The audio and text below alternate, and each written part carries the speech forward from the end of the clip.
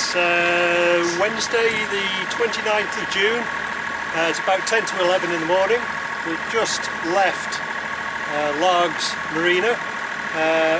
We've actually left in the middle of a sailboat race here. We're absolutely surrounded by what looks like Cornish shrimpers, that sort of boat. And they're absolutely everywhere, they're buzzing all around us. I'm just trying to keep a watch on oncoming vessels.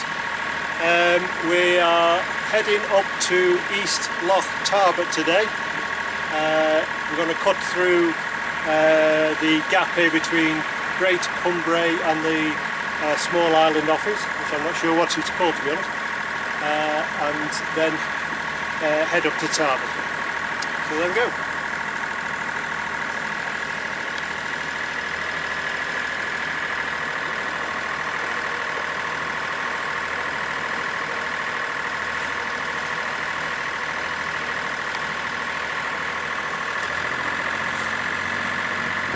This is the pier at Ferry where the cruise ships tie up to. In fact, there was one in when we came into Largs. It's a huge pier.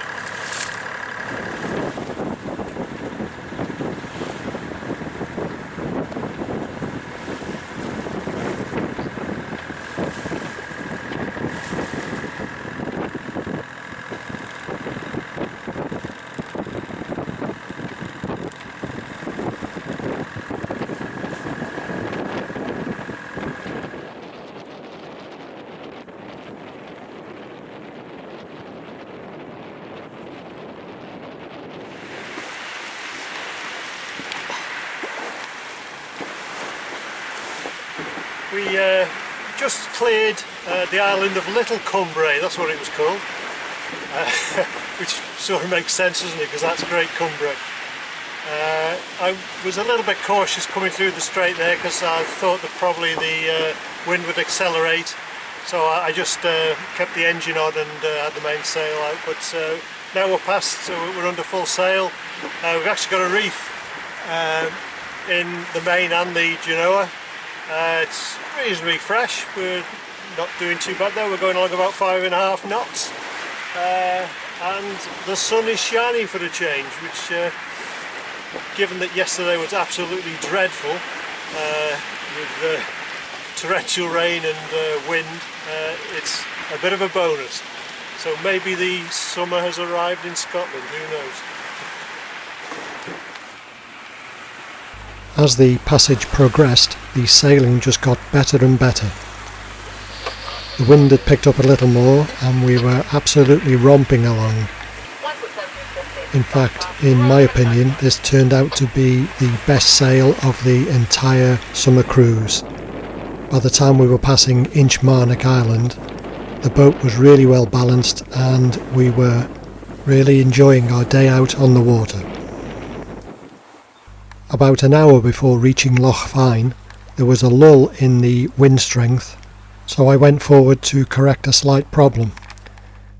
However, it soon picked up again just before we got to Loch Fyne, so we were able to carry the sail right up to our destination. Almost at the end of the passage today now. We've got Loch Tarbert in sight, just over the port bow. We're reefed down with the heads, well, with the mainsail, sorry, and we've only got the staysail out. It's been pretty gusty coming up with Loch Fyne, but we're still making 5.6 knots over the ground, so it's all absolutely fine and well under control, really. So we're going to radio in soon and see if we can get a berth.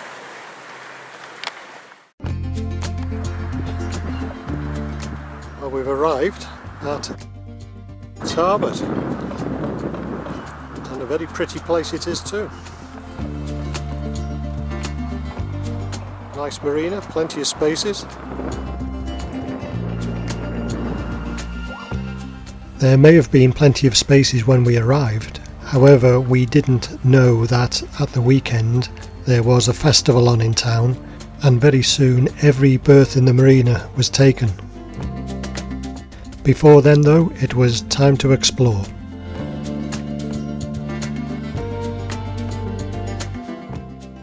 After getting to know the immediate area around the marina, the following day we had a walk along the A83, which is the road going out of Tarbert and onto the Kintyre Peninsula. This church in Tarbert had flying buttresses at the top of the spire holding up a central tower. Never seen that before. Just walked about a mile from Tarbert down the road and we've reached the very head of West Loch Tarbert, which almost cuts off the Kintyre Peninsula. Not sure what this vessel was, but it's long gone.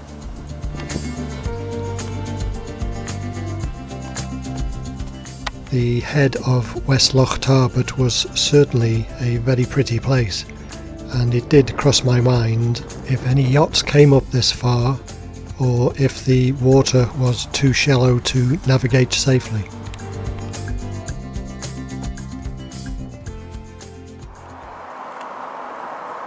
I wonder if Carrie Ann lives here, or maybe Jennifer Eccles?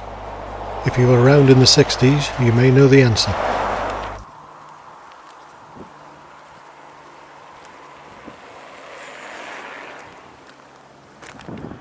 We took an elevated route on the way back and had fantastic views over Tarbert Marina and the town.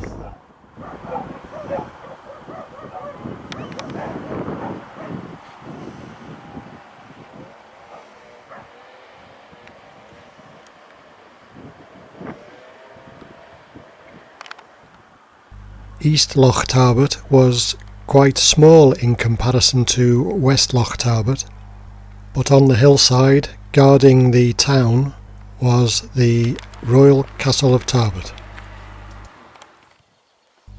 Back in 1098 the Vikings had taken control of the Kintyre Peninsula, and in 1223 King Alexander II commissioned works at the castle.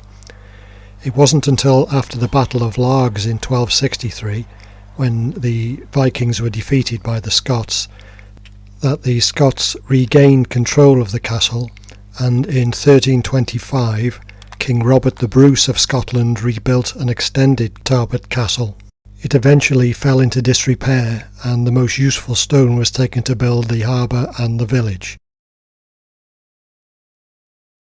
Julie and I love a special meal out, so while we were in Tarbert we booked a table at the Starfish restaurant. The food was absolutely superb.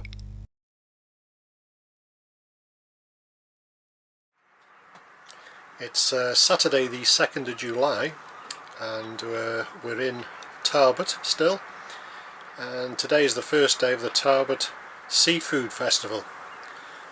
What a terrible day it is. It's absolutely dreich. The wind has been whistling through, the rain torrential at times, but strangely enough we can just hear a piper in the distance. Can't see him, but he must be out there somewhere. So quite a shame for the organisers really that the weather's so bad. But it is what it is. So we'll probably go have a look after, if we can bear to leave the comfort of the cockpit enclosure, which is very nice on a day like today.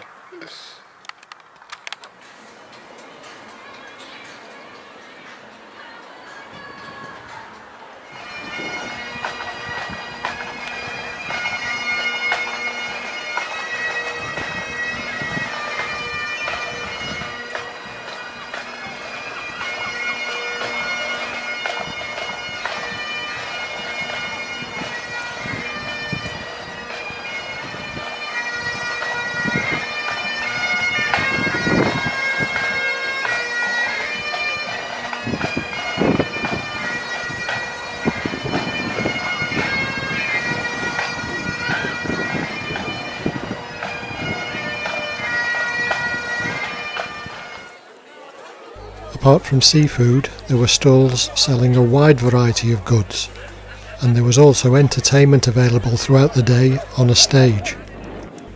This is the Tarbert seafood queen, whose name is Kira Guy. She must have been a very hardy person, as it was a cold, wet day.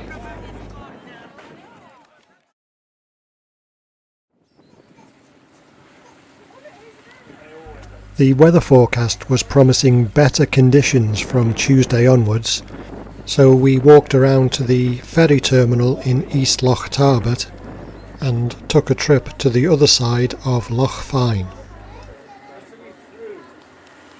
The ferry ran every hour and the journey to the other side was only 25 minutes.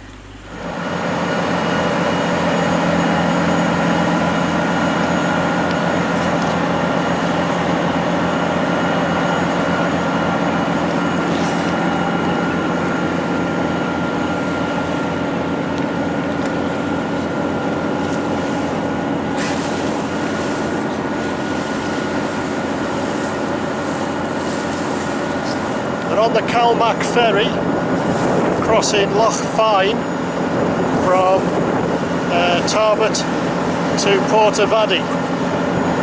It's about the first time today that the sun's come out. The rain has been relentless yet again. So we're having quite a pleasant crossing.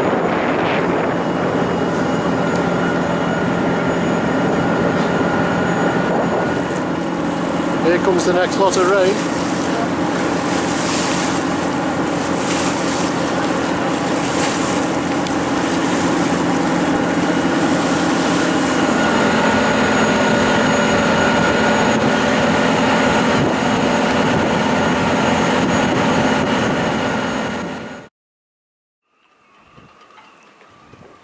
So this is Portavadie Marina, and very nice it is too. Apparently it was purpose built. Loads of room for lots of boats and well protected. And some really great facilities here as well.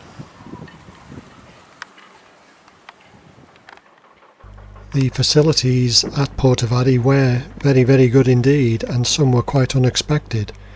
For example, there was a restaurant and cafe, there was a spa, a gym, and even an indoor swimming pool. Portavadie wasn't just for yachtsmen either. Around the periphery of the site were quite a few lodges, and there were many apartment type accommodations which could be booked for ordinary families to stay in. In fact, it would be an ideal place to meet non-sailing family if indeed you were a sailor. After exploring the site and of course sampling the coffee, we took the ferry back to Tarbert.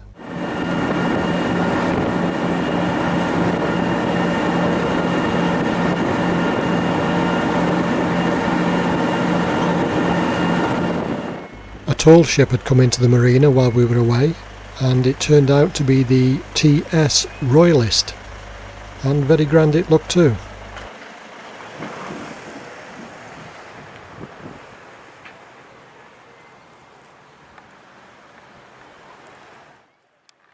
Despite the bad weather, we really enjoyed our time in Tarbert and would certainly visit there again in the future.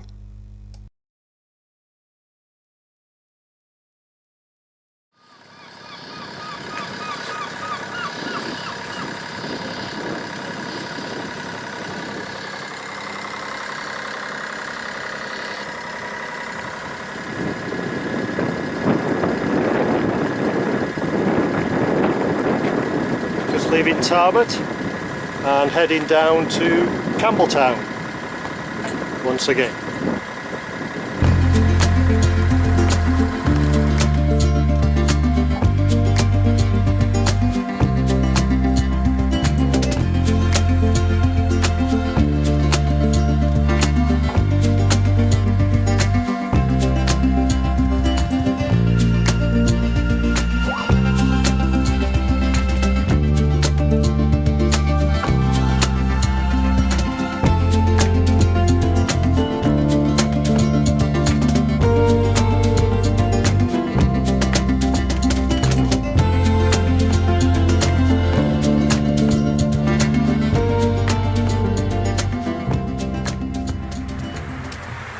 Okay, we're out of Loch Fyne now, and we are under full sail, going down the Kilbrannan Sound. We're just passing Loch Fyne, which is over to port there. I'm keeping my eye on the ferry, which is going across our bow at the moment, into Fyne. We've got a westerly wind today. We're basically on a well, a bit more close reach, I would say. So we're making good speed at the moment down the loch, and we're hoping to be in Campbeltown a bit later on.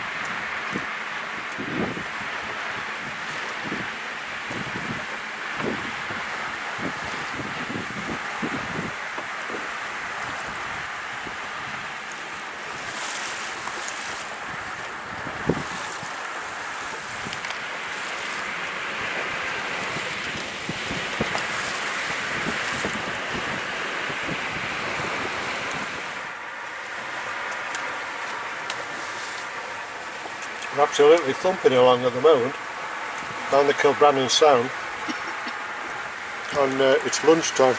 We're trying to eat our butty, which it's not easy, was it, Joe? Making the cup of tea. It's not too easy, no.